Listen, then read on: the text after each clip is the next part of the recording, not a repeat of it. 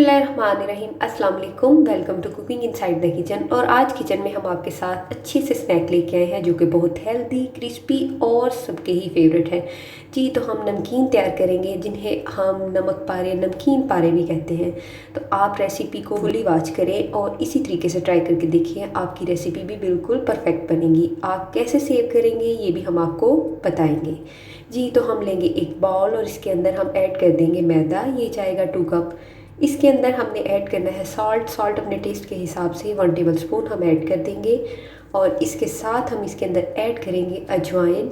अजवाइन का इसके अंदर बहुत ही अच्छा टेस्ट आता है, लेकिन जब भी अजवाइन किसी चीज़ में ऐड करें तो उसे अच्छे तरीके से मसल के फिर ऐड करें ताकि इसका टेस्ट बहुत ही इन्हेंस हो और बड़ी ही अच्छी खुशबू आएगी। इसके साथ हम इसके अंदर ऐड करेंगे सूजी। तो ये जाएगी 3 टेबल स्पून। सूजी के साथ नमक पारे बहुत क्रिस्पी, मज़ेदार और फूले फूले से बनते हैं। घी ऐड करेंगे इसके अंदर 3 टेबल स्पून और अच्छे तरीके से मिक्स कर लेंगे इन सब चीज़ों को। जैसे आप देख रहे हैं मैंने अच्छे तरीके से हाथों से मसल लिया। अब हम हाथ में पकड़ेंगे तो ये एक अच्छी सी लोई बन जाएगी। जी, ये परफेक्ट है हमारी डो। अब हम इसे गूंद लेंगे ठंडे पानी से। तो आप भी इसी तरीके से इसे फॉलो कीजिएगा। एक तो टिप को यानी ठंडा पानी यूज़ करें, घी यूज़ करें किस तरीके से, और सूजी का कितनी क्वांटिटी रखें इसको फॉलो कीजिएगा। तो ये देखें जी, अच्छे तरीके से नी करने के बाद हम इसे रेस्ट देंगे तकरीबन 30 मिनट्स का। आटा बिल्कुल सख्त नहीं होना चाहिए और ना नरम, इसे नॉर्मल होना चाहिए। ऑयल के साथ इसे ग्रीस करेंगे और 30 मिनट बाद दोबारा इसे नी करके दिखाएंगे। देखिए बड़ा स्मूथ सा आटा मेरे पास तैयार है। अब हम इसे बेल लेंगे रोटी की तरह, लेकिन इसके लिए आपने ऑयल लगा लेना है जहाँ पे आप इसे बेलेंगे। तो इसी तरीके से हम एक बड़ी सी रोटी बना लेंगे। तो इसकी मोटाई वैसी ही होगी जैसे नॉर्मल रोटी की होती है।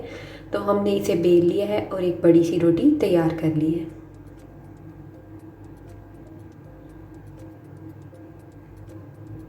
इसके अलावा मैं आपको मठरी की रेसिपी भी दे चुकी हूँ। आप मेरे चैनल पे जाएं और उसे भी सर्च करके उसे वॉच कर सकते हैं। जी, तो अब हमने रोटी बेल ली है। अब हम एक कटर लेंगे, आप नाइफ़ की मदद से भी काट सकते हैं। पिज़्ज़ा कटर से इसे काट लूँगी इस छोटी छोटी स्ट्रिप्स में। तो आपको जो भी शेप पसंद हो आप इसे क्यूब शेप में भी काट सकते हैं। जी, तो ये बिल्कुल तैयार है हमारे नमकीन पारे। अब हम चलते हैं इसकी कुकिंग प्रोसेस की तरफ, जो कि हम इसे करेंगे फ्राई। ऑयल हमारे पास बिल्कुल गर्म है।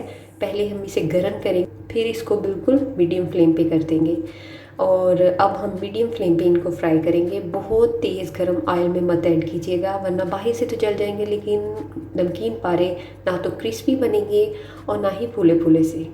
जी, तो ये देखें, आराम से आपने हल्के हाथों से इसे ऐड कर देना है और 2 से 3 मिनट बाद आपने इसको थोड़ा सा स्टिर करना है स्पून की मदद से ताकि ये खुल जाए सारे नमकीन पारे। तो ये जुड़े नहीं रहेंगे क्योंकि इसके अंदर हमने घी ऐड किया है, सूजी ऐड की है। तो बिल्कुल अच्छे से क्रिस्पी से नमकीन पारे आपके तैयार होंगे। आप इनको फ्राई करके ठंडा करें और किसी भी एयर टाइट जार में निकालें और 1 महीने के लिए सेव करके रख सकते हैं। बहुत ही अच्छे टी टाइम स्नैक हैं, आप इसे ज़रूर ट्राई करें। मानसून के मौसम में ये बहुत अच्छे लगते हैं। जब बारिश हुई हो उसके बाद बड़ा मज़ा आता है इस तरह के स्नैक्स का।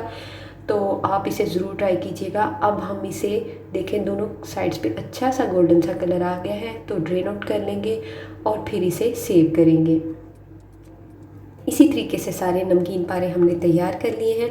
जी, तो देखें माशाल्लाह से मज़ेदार से नमकीन पारे गोल्डन फ्राई तैयार है। इसे बहुत डार्क मत कीजिएगा क्योंकि ये बिल्कुल परफेक्ट कलर है। आप भी इस रेसिपी को ज़रूर ट्राई करें और ट्राई करके फीडबैक में बताएं कि रेसिपी आपको कैसी लगी। फिर मिलेंगे आपके साथ लेके अच्छी सी रेसिपीज़। तब तक के लिए अपनी दुआओं में याद रखें। अल्लाह हाफिज़।